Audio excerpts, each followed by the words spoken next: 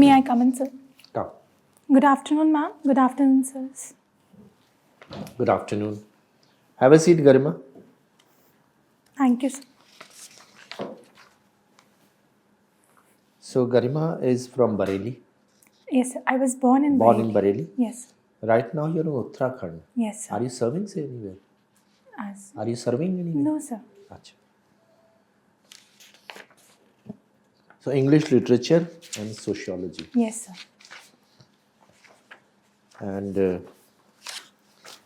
your hobbies include watching series. Is it web series? Yes, sir. Reading fiction. Can you tell me any web series which you have seen recently? So recently I'm watching Suits, which is a legal drama. Suits. Okay. Yes, sir. All right. So, what is that something which has helped you increase your knowledge or your skills or improved attitude? Sir, I believe yes, it has helped me in building my personality as well as my knowledge and my attitude. In a way, it has inbuilt within me the positivity. Along with that, how to deal with the complex situations. It has helped me in ensuring that above everything there is ethics. So we have to follow ethical principles and laws and regulations in order to come to a decision and decide on the merits of the issue. This is what I've learned. Okay. Garima, tell me, with the schemes which have been launched like smart cities, Yes, sir. so there is a migration from the rural to the urban areas. Yes, sir.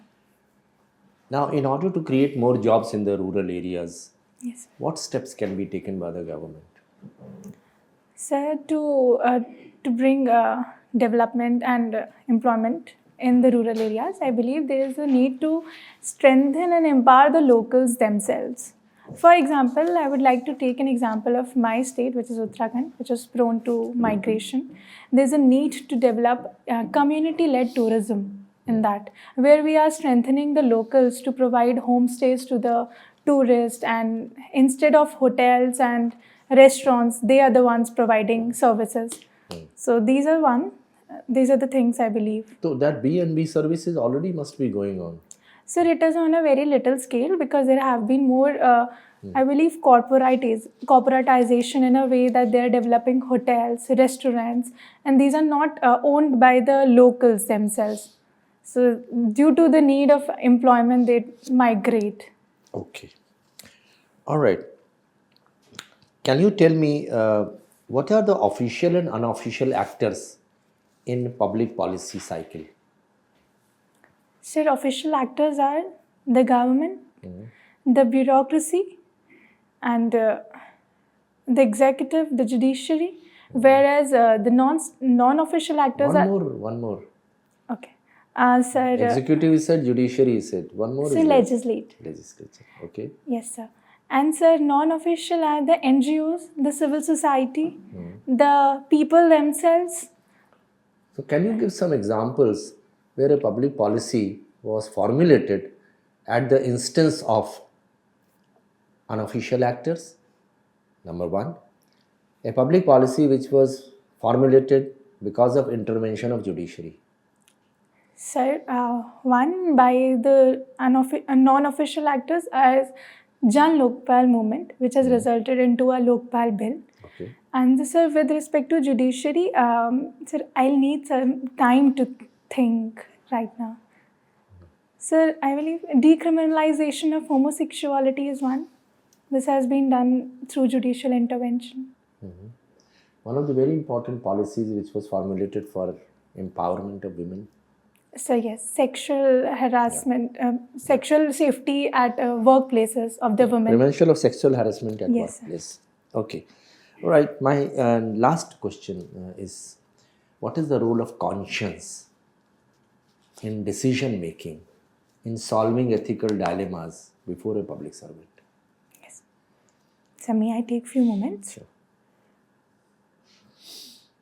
So conscience helps an individual to have a development of this self-awareness, to face, in order we face ethical dilemmas. So to come to a conclusion, there's a need for introspection.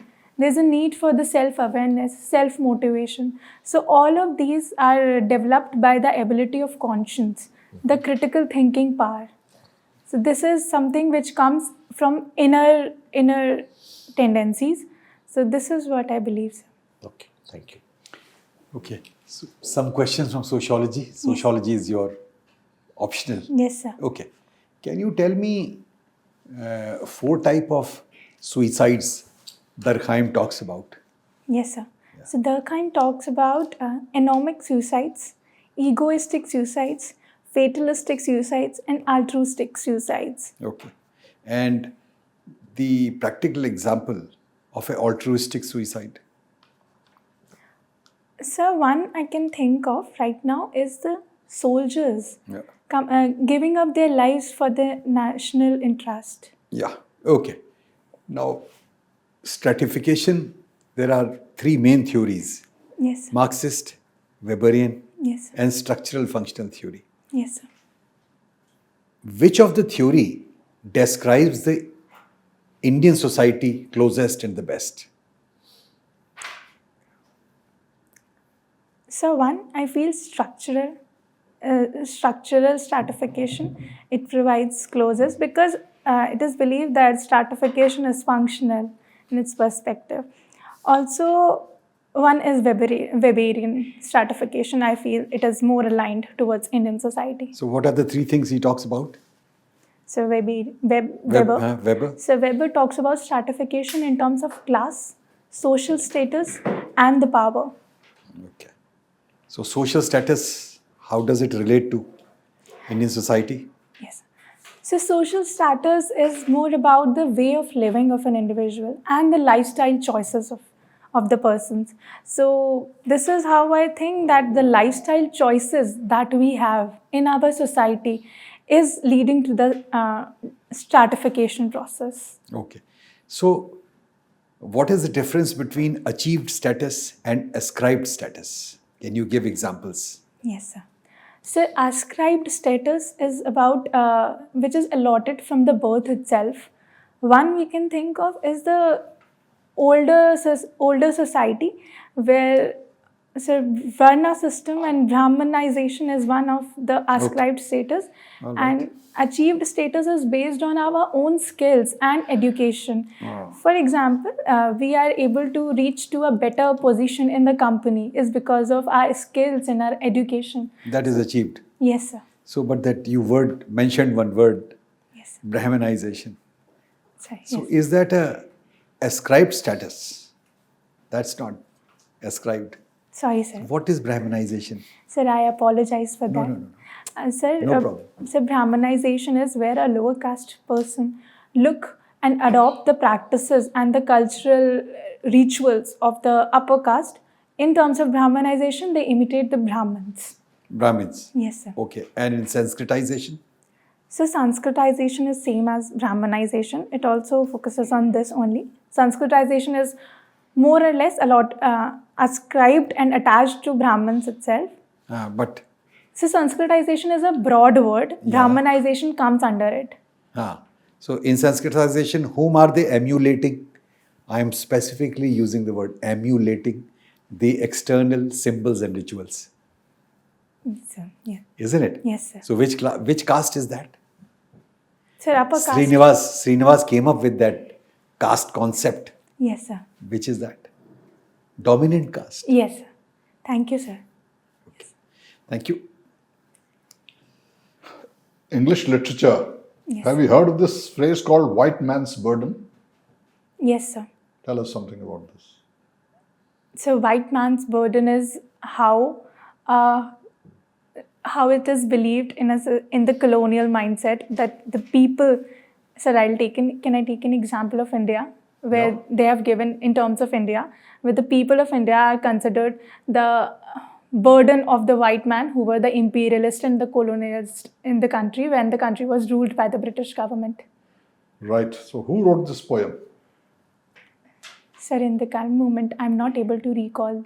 Okay, it's a long poem Yes. which was written way back in 1899. Yes.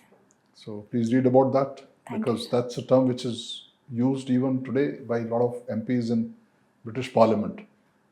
Thank you, sir. I'll read. And how is it that a country like India, which had a great history of 10,000 years, Yes, sir. where all good things were happening when the whites were still roaming around in the forest, that everything the Britishers made us forget what our great legacy was and thought they've come here to civilize us? How did we reach that stage and accept it? Sir, I think it was because of the lack of consciousness within the people themselves. Consciousness, people like Vivekananda had gone and taught Europe what brothers and sisters means, what brotherhood means, what one country, what is that? Yes, sir. What Prime Minister says, what is that? One world, one family? Yes, sir. Vasudev Kutumbakam. So this was a philosophy in India for the last 5,000 years. Yes, sir. And Britishers can come and tell us that we know nothing. Why did we reach that stage? Sir, in my limited knowledge, I think this is because of a lack of education that was not there in terms of... Sir, Education, India had people like who was that Chinese historian who came in, people from all over the world were coming and studying in universities. So India didn't lack wisdom, education or science. so there was division in the society. Division in the society. We Yes. allowed them to exploit us, right? Yes, sir. Starting from Mughals. Yes, sir. All right. Can you summarize the Pakistan internal situation for us today? So, yes, sir. So, Pakistan is facing an economic crisis. There's a problem of political instability within the system. Along with that, there's a problem of structural economic system. Since Pakistan more relies on the debt from the external sectors, so that is also one of the reasons that they have internal problems. Along with that, the recent floods that have devastated their economy and their problems has led to higher inflation. So you think Pakistan is in a position to actually service the debt from whatever resources they have at the moment? I think the fuel cost is about 270 rupees a litre. How much more can they tax people? Sir, But what is the solution? sir, right now they are asking from the IMF the Yeah, loans. but that's a loan. That also has to be paid back. Yes, sir. So for that, they had to work on the structural problems that they have in terms of economy, in terms of unemployment crisis and all. Along with that, since they are more relied on China's indebtedness, so that is also they need to think upon. Okay, have you heard of a place called Great Nicobar Naval Base? Sorry, sir, I have not. I'll It was in read. the news last couple of days. Please read it. Yes, sir. Be I'll read. updated with the latest news. Thank you. Yes, thank you, sir. Okay. Garima, you belong to Uttar Pradesh, Bareilly. Huh? Yes, sir. Uttar Pradesh has been in the news for a long time, for various reasons. Yes, sir. There is a lobby in the Uttar Pradesh which wants India to be converted into a Hindu Rashtra. Yes. What is your take on that? Sir, I believe that India is a multi-religious and a multi-diverse country. Converting one country on the basis of one dominant religion is not a practical solution.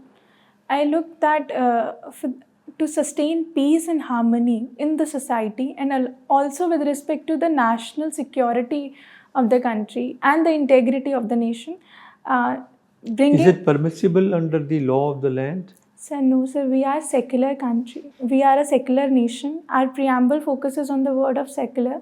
So, secularism does not allow to form a major dominant religion in the country. Assuming that it is approved by the parliament as a Hindu Rashtra, what will be the implications? Sir, there will be social chaos in the society. There would be problem of harmony and peace in the society. It would also lead to the division in the society. It could also increase the internal problems. It could lead to rise in left-wing extremism. So this might create a problem for us. Okay. Have you read Ramcharitmanas? Sorry, sir, I have not You have read. not. Who has written it? Sir, in the moment, I'm not able to recall the name. You must remember, I think. Sir, We'll be able to recall. sir, Fine. I'll read about it. I knew, but I have forgotten as of now. Tulsidas. Yes, sir. Sorry, sir. Okay. Thank you, sir.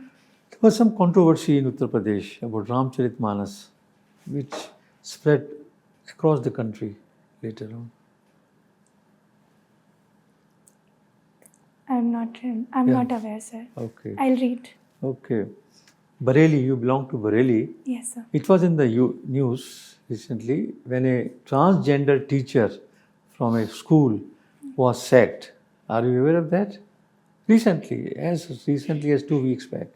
Mm, And transgender is an approved third gender, Yes, approved sir. by the Supreme Court. yes, sir. Why was he or she sacked?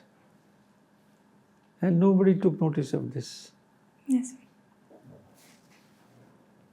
Sir, because we have there's a problem of acceptance of the third gender in the society. Even after Supreme Court recognizing the third gender, we are not able to accept them because of our mentality. That means we are all violating the orders of the Supreme Court? So in a way, if we are not accepting them, then yes, we are. Okay. One last question. Your second preference is IPS. Yes, sir. You know the difference between FIR and daily diary report? Rose Namcha report? This is Rose Namcha. Sir, FIR, sir, may I take a guess? Sir, FIR is written instantly whenever a crime is reported. And this is only I'm aware, sir. I'll That's read. all. And on any case, on any complaint, it can be filed, or in some specific cases. Sir, I think it is a non-cognizable offense. Only in case of cognizable offense it can be filed. Not cognizable. Sorry, sir. Thank you, sir. One last question. What is the corruption in? There's a lot of corruption in police force. Yes. What are the reasons? Briefly, 1, 2, 3. So one, lack of training to them. And second, political interference. There has been a politicization of the police forces. Third, they don't have a proper infrastructure. Infrastructure. So yes, that is why we require. And shortage of staff also. Yes, sir. So that is why we require certain reforms. There's a need for technology improvement in their training. Also, we can also have a code of ethics and a proper SOP for them. Thank you. Garima, what is debt to GDP ratio? Ma'am, debt to GDP ratio is the ratio which shows how much debt we owe with respect to the. To whom? Sir, ma'am, to internal as well as the external sectors. Okay, so if we have higher debt to GDP ratio, is it good or is it bad? Ma'am, it is bad. Why?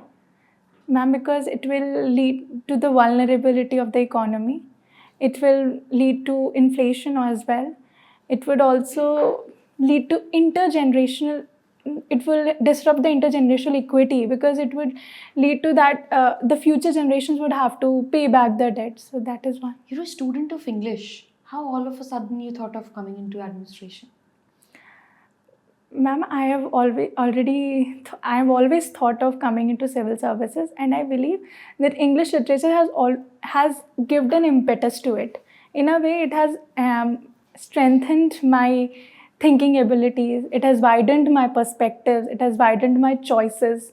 So this is how I have thought, and I believe that English literature has given a force to it. Garima, you have been born in Uttar Pradesh and currently living in Uttarakhand. Yes. What is your opinion on division of states? Do you think dividing a state into smaller states, since we see that demand coming often for other states also, Yes. do you think that helps a state develop better?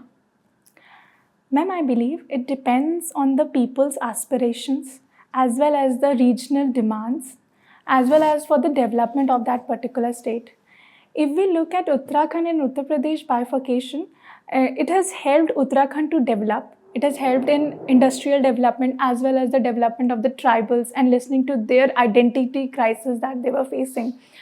However, if there are separatist tendency arising out of the bifurcation of the state, that might lead to the problem of national security and integrity of the nation. So that should not be allowed. However, with respect to the bifurcation, there should be a proper consensus of all the stakeholders. Garima, my last question to you would be, you see people or men who are educated, doing good, even some of them are bureaucrats, they are also taking dowry. Why do you think that is the case? You're a student of sociology. I'm sure you will be able to help me understand it better. Yes, ma'am. Ma'am, dowry is one of a social evil that has been persisting. So one, I think, is because of the mental and the behavioral perception of the people. There is this But you attitude. see, the purpose of education is to enlighten you Yes. and to open your horizon. Yes, ma'am. But if still you're taking dowry, that means your education has failed you, isn't it? Ma'am, yes, ma'am. In a way, yes. Because I believe there is a need of education that aware people, that give them more practical knowledge. Since it is generally perceived that education is more for rote learning and this. So that is why. Value-based education. you Yes, ma'am. So which is what lacking within the people themselves. If, let's say, you get selected and a friend of yours who is a civil servant is taking dowry, what will you do in that case? Ma'am, I will not allow him or How her can to- you stop him or her? Ma'am, through my convincing, I'll convince him to not take Would you it. not lodge a police complaint? Yes, I will, because it is against the law, since we also have a law dowry prohibition act. I'll take actions in terms I will not take actions in terms of that, but I'll try to use legal procedures for that. Also, not only legal, there's a need to change the attitude of the people. So I think only a legal process cannot help this. There's an equal requirement of collaborative social awakening of people. All right. Thank you, Garima. All the best. Thank you, sir. Thank you, sir. Thank you, ma'am. Unacademy. Let's crack it.